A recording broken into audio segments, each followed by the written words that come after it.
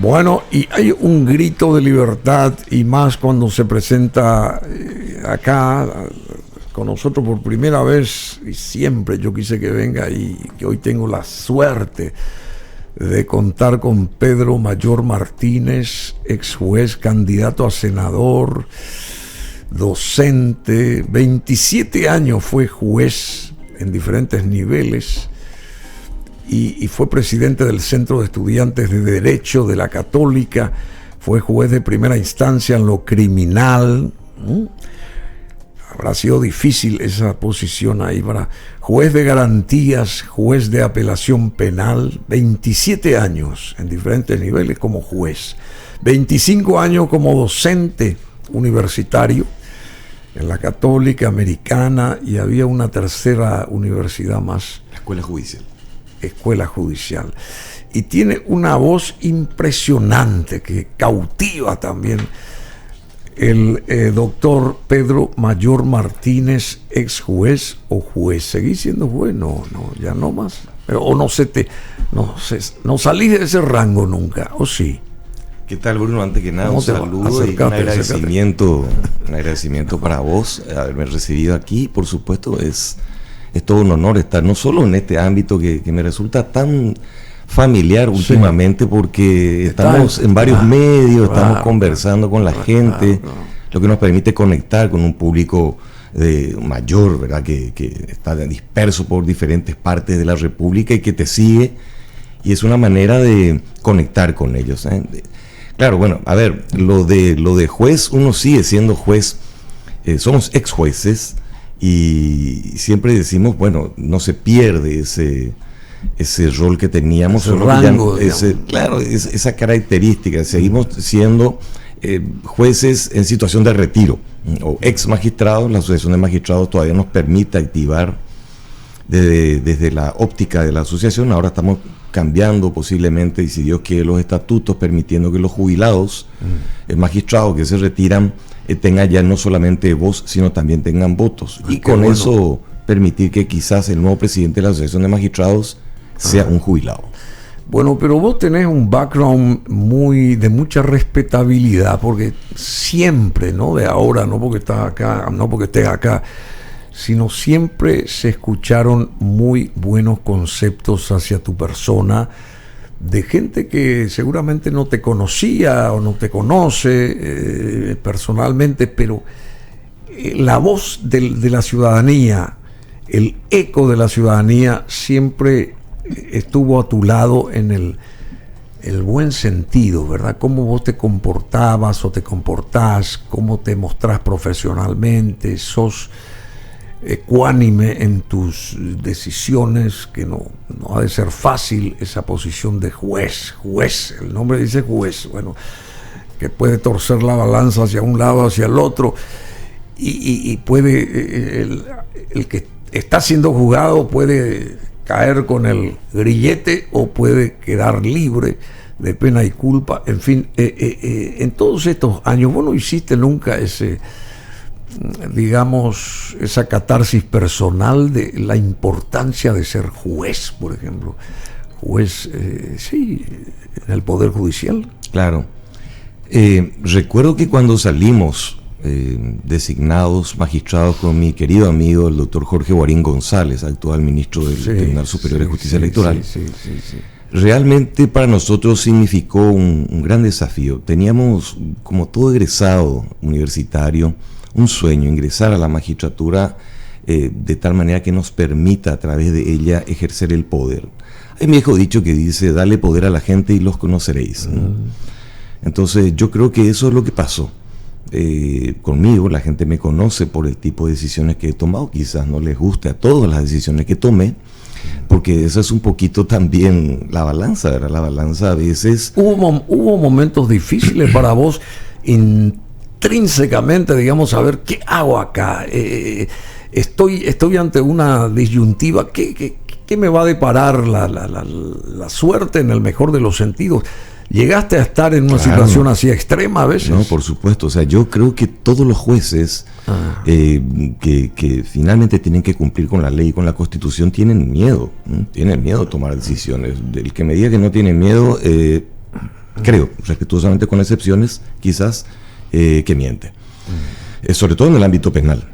Porque el ámbito penal, cae en situaciones que tienen un gran componente político muchas veces, y uno tiene que tomar decisiones. Y recordarás que finalmente un juez es designado por un consejo de la magistratura que tiene, claro, dentro de ese colegiado miembros del poder político. Y a su vez en el jurado de enjuiciamiento hay componente político. Y una corte que yo siempre dije, salvo honrosas excepciones, y sobre todo en origen, pero inclusive en origen, ya había un marcado interés de la política de cooptar a la Corte Suprema de Justicia. Entonces, una corte que está cooptada, que está secuestrada para tomar decisiones, también es peligroso para los jueces. ¿Y el caso de Fretes es esto lo que estás diciendo? Yo creo que Fretes, como ministro, ha sabido, digamos, moverse en el sistema de justicia, pero lo que hoy se desató con la noticia que hemos recibido todos, es lo que en Pasillos se conoce desde siempre, ¿verdad? O sea, Pasillos es una usina, una terminología, ¿no? es una usina que tiene, por lo general, visos de realidad, solo que llevado al plano judicial de acreditarlo con pruebas, evidencias, siempre resultó un poco escabroso de llegar, ¿verdad? O si lo tenían, eso pasó desapercibido para una fiscalía que realmente, no digo que sea ciega, pero que tiene un grave problema de miopía. No ve lejos, ve muy cerca. Entonces, lo del monte Everest no lo ve porque está rodeado muchas veces de bruma política, de bruma de amenaza. Entonces el Ministerio Público a veces no ve ese tipo de cosas. Se queda en el molde. Decime, ¿nunca vos tuviste la chance de poder, digamos, estar en la mira para ser ministro de la Corte con esa capacidad tuya, claro, digamos... Quiero cerrar primero, Bruno, lo del miedo, ¿verdad? Porque el miedo es importante. Y quiero enviar nada más un mensaje siempre claro. Los jueces pueden tener miedo, es un sentimiento natural de todo ser humano ante un riesgo, una amenaza que se cierne sobre una decisión. Lo que le digo a todos mis ex compañeros y los actuales jueces es que no importa que tengan miedo, eso es legítimo. Lo que tienen que hacer es tomar la decisión con miedo, pero no por miedo. Eso significa que tienen que preparar sus resoluciones y preparar, como decimos, escudo, fundamento de una resolución y lanza para picar a quien tenga que atacar una decisión que tenga una buena base constitucional y convencional. Eso es clave en el sistema de justicia. Es interesante lo que decís. O sea que se tiene miedo también estando ahí en ese... Claro, hay casos que tienen un alto componente político. Yo recuerdo el caso de Lino Oviedo. En un tiempo este señor tenía, un criterio de triturar, ¿verdad?, al poder judicial, tenía unos cuantos adeptos muy violentos, había gente que ya había pasado datos de mi casa, ¿verdad?, esas turbas que se movían para amedrentar a jueces, amenazar a los jueces. De hecho, tuve que tener custodia policial durante bastante tiempo. ¿Te amenazó Lino Oviedo? ¿Te amenazó? Él no, evidentemente, ¿verdad? Ningún nivel de autoridad como la que tenía él amenaza directamente. Claro que son sus mensajes. Yo soy general, usted es mayor. Claro, exacto, ¿no? El nivel de autoridad implica que debe obedecerme. Entonces, como su séquito, su acólito. En este caso es tu apellido, pero claro, yo soy general, usted es mayor. Exacto. Bueno, en ese sentido, o sea, ¿te amenazó alguna vez entonces? Él no directamente, vuelvo a insistir, ¿verdad? Pero claro, su componente político, sus allegados, como que ejercían a través de sus turbas, de sus barras bravas, incidencia en todo esto. Entonces, recuerdo que este señor, se movía a ese nivel y repito que tuvimos que inclusive tener esa custodia policial ante esas movidas que se venían. Decime, esto que está ahora que nos llama poderosamente la atención y está en todos los medios y qué sé yo, las sospechas de corrupción del presidente de la Corte, creo que sigue siendo presidente, no sé, nadie aclaró eso todavía, aparentemente dio un paso al costado, pero sigue siendo un miembro de la Corte Suprema de Justicia. El doctor Fretes desacredita su situación, digamos, a la propia justicia paraguaya. Yo lo pongo en esta perspectiva. El ministro Fretes está saliendo.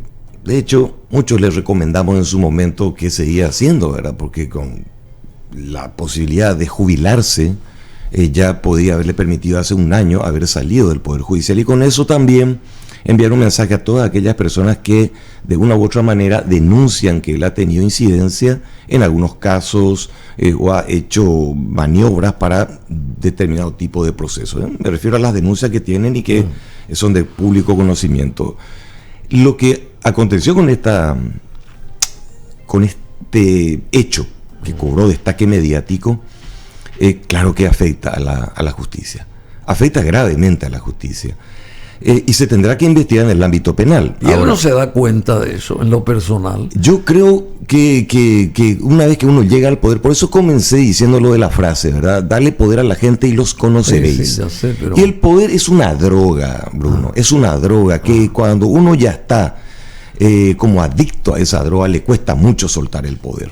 Uno tiene que vacunarse, cuando ingresa al poder uno tiene que aplicarse una vacuna para inocularse un poco ese poder que tiene, otra vez, vale la redundancia, el poder cuando lo empezamos a ejercer. Entonces, quien accede al poder con honrosas excepciones, recuerdo por ejemplo el caso del doctor Altamirano, él me había dicho, se cumplen los 5 años y no me reconfirman, yo me voy. Estuvo acá con nosotros, sí. Sí, él, recuerdo de eso, era conste que le dije, ministro, usted tiene, mire que en esto se discute. Mayor, me dice él, yo me voy. Bueno, y personas de esa solidez ética y moral son las que también necesitamos nosotros. A veces conste que este tema de la permanencia de los ministros tiene también hoy discusiones en el ámbito de la Corte. Pero volviendo al tema Fretes, yo creo que él tenía que haber renunciado, categórico. Primero porque siempre que los ministros toman juramento a los abogados y a los jueces, ¿qué les dicen? Necesitamos jueces de coraje, jueces con ética, con honestidad, que se enfrenten al poder, y ante cualquier sospecha ustedes tienen que saber cómo actuar y en todo caso dar un paso al costado, pero nos exige que Dios y la patria se lo demanden. Está en el papel eso, pero en la claro, realidad... o en el discurso. O en el discurso, claro, y aparte como mentor muchas veces del Código de Ética, que es un gran impulsor, el Código de Ética, yo creo que esta sombra que afecta gravemente, no solo a la institución. A la institución como tal, pero también a la persona, ¿verdad? Él tuvo que haber tomado una decisión de decir, señor, llego hasta aquí. Llega hasta aquí. ¿Qué perdía con eso? No pierde nada. Y en todo caso enviaba un mensaje muy interesante a la sociedad. En todo caso, de salida, decía, esto no continúa. Yo esto, por ética, envío un mensaje a la sociedad. Porque la señora del César, o de la Cesarina, el señor de la Cesarina, no debe ser solo honesto, sino parecerlo, ¿verdad? Sí, entonces hay que dar ese mensaje claro a la ciudadanía. No ser sino parecer. Bueno, ¿cuál sería el sistema, doctor Pedro Mayor Martínez, juez, cuál sería el sistema más justo justamente para elegir a los magistrados? Porque estamos en época eleccionaria. ¿Cuál sería ese sistema más honesto, justo, en fin? A ver, Bruno, lo que planteas realmente es desafiante. Es desafiante. Claro, porque yo le preguntaría también eso mismo a los abogados. Y le preguntaría lo mismo a los ex magistrados y a los actuales. Hoy, o desde hace un tiempo atrás, se ha desatado una campaña por los títulos. Se han abierto universidades, se han multiplicado las universidades, han multiplicado, ¿verdad?, los centros, etcétera. Entonces, muchas personas acumulan títulos. Un amigo mío decía sobre esto, la titulitis, como enfermedad para la acumulación de cartones. Titulitis. Claro, que implica un poco el ir sumando títulos para que esos cartones den el máximo puntaje para cuando se accede. Los cartones no siempre hablan de la persona, eso es uno. Lo otro, el margen de discrecionalidad. Claro, yo puedo tener completo los números, los puntajes que corresponden a los cartones, el rol académico, lo que corresponde a mis títulos universitarios, escribo libros, etcétera. Pero eso no habla necesariamente del buen magistrado. El buen magistrado, creo que tenemos que empezar a hacer una suerte de historia, no sé cómo aún, auscultar psicológicamente también a los magistrados, porque este tema de enfermedad mental está un poco... ¿Qué es ser un buen magistrado? ¿O cómo uno puede llegar a ser un buen magistrado? Bien, Yo creo que eso pasa por... En breves términos nomás. Bueno, pasa por instalar inclusive procesos dentro de los cuales un magistrado que quiere ser, una persona que quiere ser magistrado tiene que ir como en cualquier institución pública, pegarse al lado de quien es un juez y empezar a observar cómo se imparte justicia, cómo se administra un despacho judicial, cómo se lidia con la gente, cómo se lidia con los abogados, cómo se lidia con la prensa. Y cómo lidiar con la prensa es muy importante, Bruno. Sí. Porque nuestro sistema, y muchas veces, pues yo fui un juez, entre comillas, para el poder revoltoso, revolucionario, díscolo, porque rompía esquemas, porque hablaba con la prensa. Entonces los jueces decían, inclusive mis propios compañeros, el juez no debe hablar a la prensa. Los jueces hablan por su sentencia. Y ese viejo dicho corresponde a una justicia ya retrógrada, una justicia prehistórica. Hoy los jueces tienen que defender ante los medios de comunicación sus decisiones y explicarle a la ciudadanía que nos escucha, ¿verdad? Explicarle a la ciudadanía que nos observa el motivo de una decisión. Porque si no, cuando hablamos de posverdad, entonces estamos incorporando nuevos elementos que no tienen que ver con los elementos objetivos, sí, la realidad, pasionales, ventrales, emociones, y eso no nos sirve. Nunca te dijeron, Pedro Mayor Martínez, acércate, vos podés ser ministro de la Corte. Creo que te hice ya esa consulta, pero todavía no recibí la respuesta. Porque vos serías, primero por tu juventud, primero por tu sapiencia, tu conocimiento, tu ética, sos una persona ecuánime. O sea, tenés todo el conjunto de valores que podrían adornar el buen desempeño de un ministro con todas las letras de la Corte Suprema de Justicia. ¿Nadie te invitó a integrar esto? Bueno, primero le digo también a la ciudadanía que tengo pendiente para conmigo mismo y también para ustedes cumplir un requisito formal. El título de doctor como tal, ¿verdad? Es un requisito ineludible. ¿No tenés todavía eso? Aún no tengo. Voy a ver ahora si después de este proceso político en el que me incorporo puedo cumplir con ello. Pero es cierto lo que decía Bruno. Si no dijimos todavía, él está postulándose a senador por la concertación dentro del esquema del Partido Encuentro Nacional. ¿Es así? Es así, Bruno. Cierro un poco nada más lo del ministro, sí, porque está ahí pendiente, porque después me va a decir, no me lo volviste a responder. Claro que me lo pidieron, pero jamás me van a designar. Primero porque yo no tengo equipo. Claro, no tengo equipo, yo no pertenezco a nadie. O por lo menos en este contexto político no me van a designar. Quizás cuando esto cambie, como va a cambiar, porque esto cambia, se viene el tsunami de cambio político, posiblemente sí. Entonces voy a ver. ¿Qué quiere decir equipo? O sea, uno tiene que ser o liberal o colorado para que te asignen, te inviten. En parte sí, el equipo. Y aparte de eso, cuando yo ingreso al sistema de justicia, y eso mis amigos me reclamaron mucho, como que me encerré. Viví durante 27 años en un termo de amistades, simplemente manteniéndolas muy cercanas y no expandiendo amistades. Eso tiene que ver con un objetivo claro. Pero eso fortalecieron las decisiones asumidas. Señor. Así mismo. Por supuesto. Así mismo. Si yo soy como Roberto Carlos, 1 millón de amigos, ¿a quién voy a juzgar? A nadie. ¿Verdad? Pero el tener 1 millón de amigos, muchos jueces siguen esa política de Roberto Carlos, entonces cuando tienen que tomar una decisión, no, tengo que inhibirme. Los ministros de la Corte, muchísimos. Quiero hacer una data y pedir la cantidad de veces que los ministros se inhiben en tomar causas. ¿Por qué? Por decoro, delicadeza. Y después te cuento una anécdota que generó muchos terremotos. No, uno de ellos, cuando accedo a la Cámara de Apelaciones, para que vean ustedes cómo funciona el sistema, cómo funciona el corporativismo a nivel de la máxima instancia. A nivel de la máxima instancia, yo puedo ponerme de acuerdo con mis compañeros de Corte Suprema de Justicia para no cumplir la ley.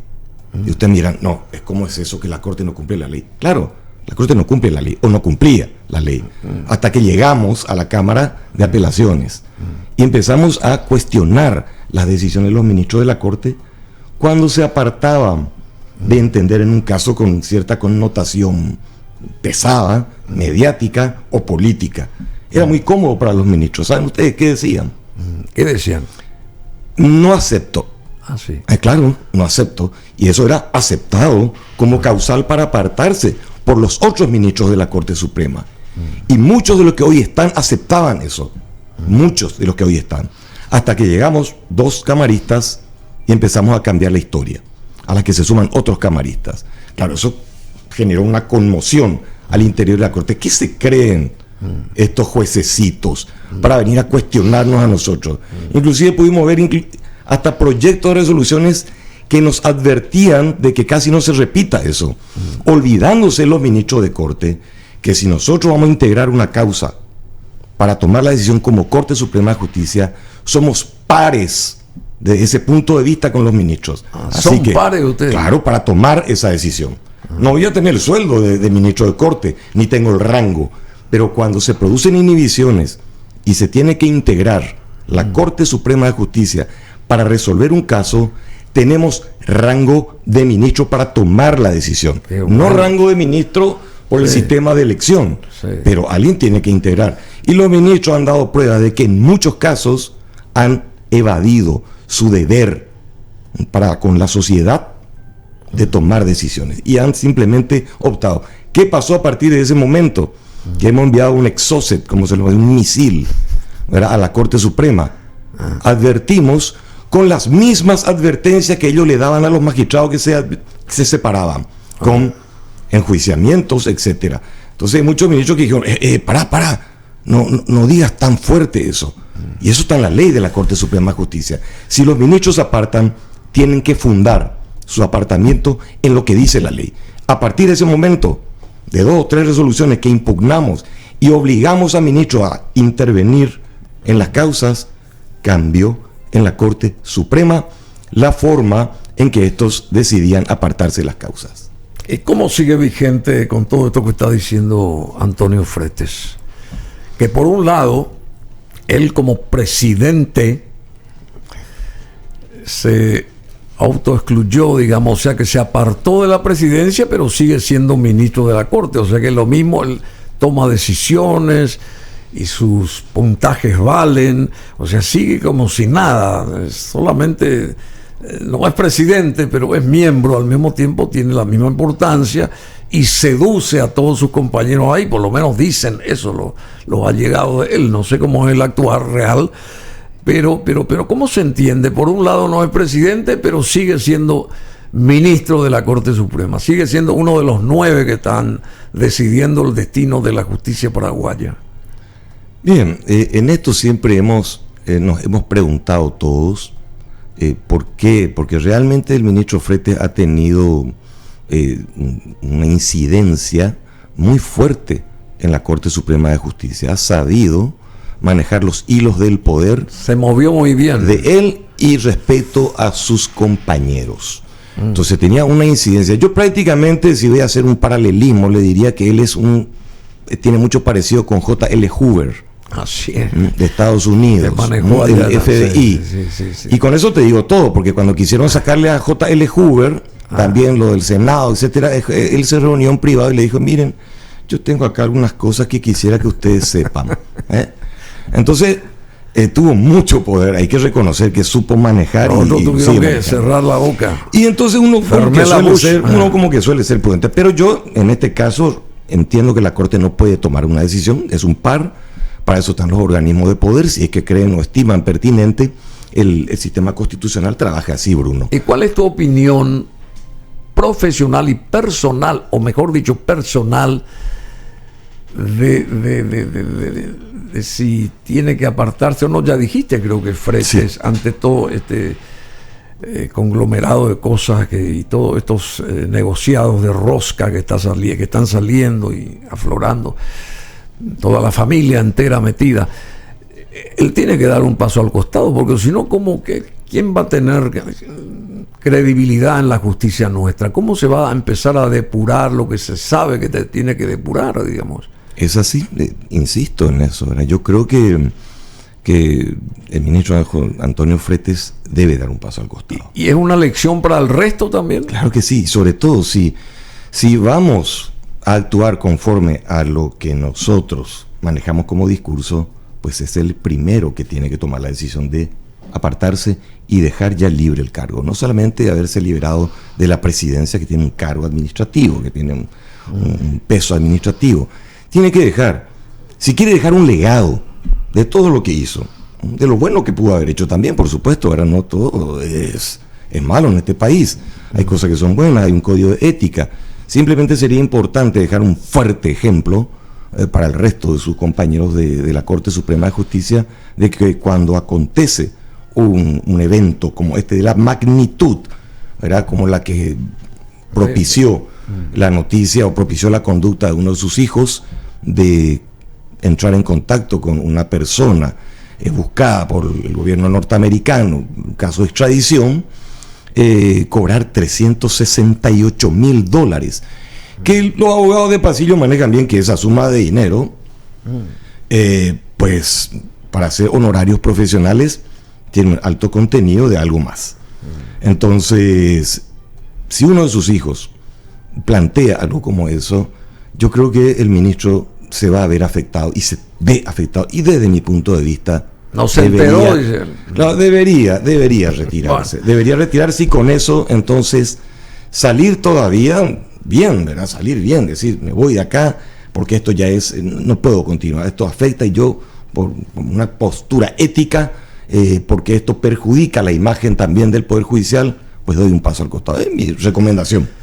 Bueno, hay un organismo muy importante también, la Fiscalía General del Estado, y tiene al parecer, nosotros somos neófitos, ¿verdad? Yo te hago la consulta. Al parecer la Fiscalía, que está en proceso de selección, hay 24 postulantes y tienen que conformar una terna, y de ahí otra vez apuntar al más apto, no sé si solamente en puntaje, sino en muchas cosas que tiene que tener esa persona llegado el momento. Esa fiscalía no tiene ya un poder excesivo, el ser fiscal general del Estado, y en los procesos de investigación no tiene ya demasiado poder el fiscal general del Estado, o tiene que enarbolar esa cantidad de cuestiones a favor. ¿Está correcta esa postura de la Fiscalía General en cuanto a la cantidad de digamos, de fuerza, de fortaleza que tiene? Bruno, debes comprender que la Fiscalía tiene que tener fuerza. Ahora, esto es como un arma, ¿verdad? El arma de por sí es neutra. Como la uses es el problema. Entonces, ¿cómo la uses? Sí. La Fiscalía General del Estado tiene que tener poder, y sus fiscales tienen que ser fortalecidos y protegidos también. Pero también tenemos que empezar a hacer la selección, verificar y hacer auditorías de gestión, auditorías de calidad, no solamente cuantitativas, sino cualitativas. Entonces tenemos que controlar a los fiscales, porque un fiscal del país, que de ahí de frontera, más cercano allá, tiene que ser protegido, pero también tiene que ser controlado, porque si no se me controla, pues entonces ahí sí empezamos a coquetear con el poder, y ahí empieza a zumbarme en el oído aquella perversión del poder, esa droga del poder. Yo hago lo que quiero. Comienza la canción de Roberto Carlos. Comienza la canción también de Roberto Carlos en parte, pero en este caso yo soy mi mejor amigo, ¿verdad? Sí. Entonces empezamos a administrar el poder para mí. La Fiscalía y los jueces tienen que tener claro que el servicio de justicia está para la comunidad. Podrán gustarle o no a muchos las decisiones que tomamos, pero tenemos que tener los fiscales y jueces la entereza y el coraje de hacer nuestro trabajo. Eso es lo que nos pide. Por eso, esa coerción que tienen los jueces, la fuerza, está dada constitucionalmente para hacer cumplir las decisiones que tomamos. Los jueces, los fiscales también tienen fuerza, pero tienen que dirigirla bien.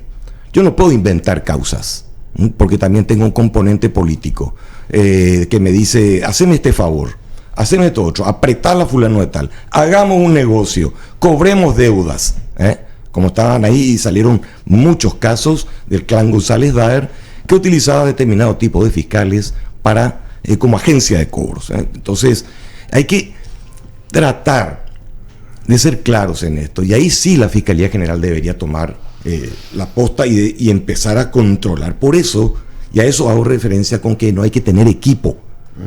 El equipo que uno se tiene que poner cuando llega a la Fiscalía General del Estado, o a la Judicatura, o a la Corte Suprema de Justicia, es la sociedad. Que la patria sea su mandante. ¿Qué es lo que se le pide a la gente? La patria es su mandante. ¿Qué es lo que necesitamos? Porque si no, la gente se da cuenta de que el Ministerio Público no protege. El Ministerio Público es un tembiguay del poder. Un negocio. Sí, señor. Bueno, decime, y nunca postulaste a la Fiscalía General. Yo creo que sí, también. ¿verdad? Yo creo que sí. Ahora me acuerdo que sí.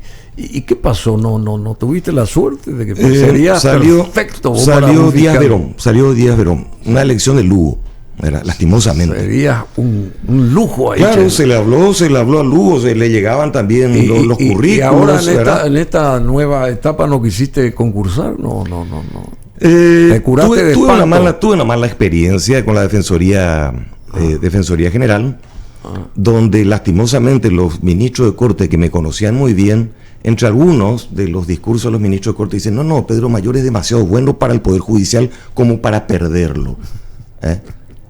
Entonces, eso es una cachetada verdaderamente para cualquier persona que se prepara para ejercer el poder, ¿verdad? Porque si vamos a ejercer el poder, no le voy a dar yo el gusto a cualquier político de turno. Vamos a hacer lo que corresponde hacer. Entonces, eso tiene que tener bien clara la ciudadanía, cuando también tiene que ser una atenta y vigilante ciudadanía respecto a algunas decisiones de poder. Entonces, la Corte agarra y opta, toma la decisión, elige a otra persona para ejercer el cargo de defensor. Si vos hubieras hipotéticamente estado ahora como fiscal general del Estado, el caso, por ejemplo, del fiscal Pecci, ¿ya iba a estar resuelto en el sentido de quienes mentaron ese asesinato tan lamentable allá en Colombia? Bueno, a ver, convengamos lo siguiente: este crimen se produce allende la frontera de Paraguay. Sí.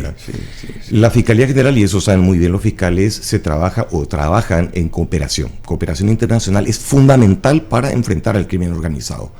Nosotros estamos recibiendo ya a nivel local la 'ndrangheta italiana, estamos recibiendo gente que ya está haciendo sus cabezas de playa, por no decir ya están tomando territorio, PCC, Comando Vermelo, Clan Rotela, que son los que hoy se pavonean del poder que tienen, del poder real, Bruno, no del poder que tenemos como Estado. Claro, tenemos el poder legislativo, el poder ejecutivo, el poder judicial. Creemos el real de que ese es el poder constitucional, pero el poder real, por eso lo están teniendo otros grupos, y eso hay que recuperar. Y hay varias formas. Grupos exógenos. Sí, señor. Tenemos varias fórmulas que vamos a plantear del legislativo como para ir desactivando, trabajando con la Fiscalía. La Fiscalía es vital. ¿Se puede conseguir destronar a esas fuerzas foráneas?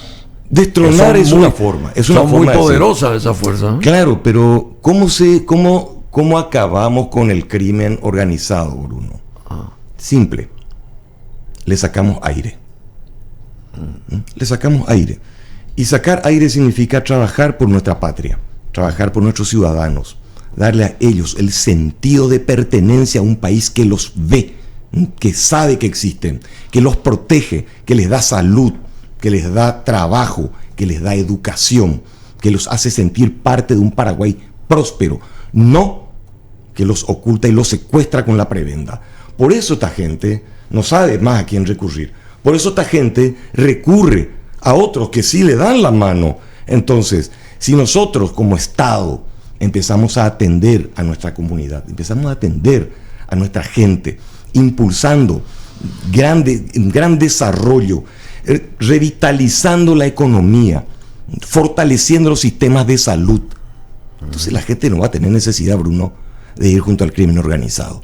Ellos van a vivir en un país acorde a lo que se necesita. Seguridad humana, Bruno, que es un poco el componente constitucional de los derechos que necesitamos. Pero tenemos que sacarle de la miseria el agua que nosotros necesitamos enviarle a la gente en nuestro país. Es vital, es fundamental. Nadie puede estudiar con hambre, Bruno. Nadie puede trabajar demasiado con hambre. Empecemos a trabajar en sacarle del hambre. Pensar claramente, por supuesto, con hambre. Bueno, te estamos despidiendo, pero amerita otro encuentro acá con Pedro Mayor Martínez. Es fantástico, realmente a mí me llega, y con mucha fuerza, lo que él pregona, lo que él dice, lo que él analiza. Y también hay que fortificar su postulación al Senado, que va a ser un lujo tenerlo ahí en el Senado, al juez Pedro Mayor Martínez, al doctor, al abogado, por el PEN en este caso, pero dentro de la, ¿cómo que se llama? Alianza. De la Alianza. Alianza Encuentro Nacional. Sí, Alianza Encuentro Nacional de la, ¿cómo se llama? Esta gran oposición. Dentro de la concertación. De la concertación. Sí, señor. De la concertación. Candidato a senador Pedro Mayor Martínez, docente, juez, 27 años de trayectoria en el Poder Judicial. En fin, y todo lo que dijimos, presidente del Centro de Estudiantes, juez de primera instancia, lo criminal, juez de garantías. Tiene un derrotero impresionante, bien hecho, bien, cimentado, positivamente cimentado, y la gente lo quiere y lo respeta a él.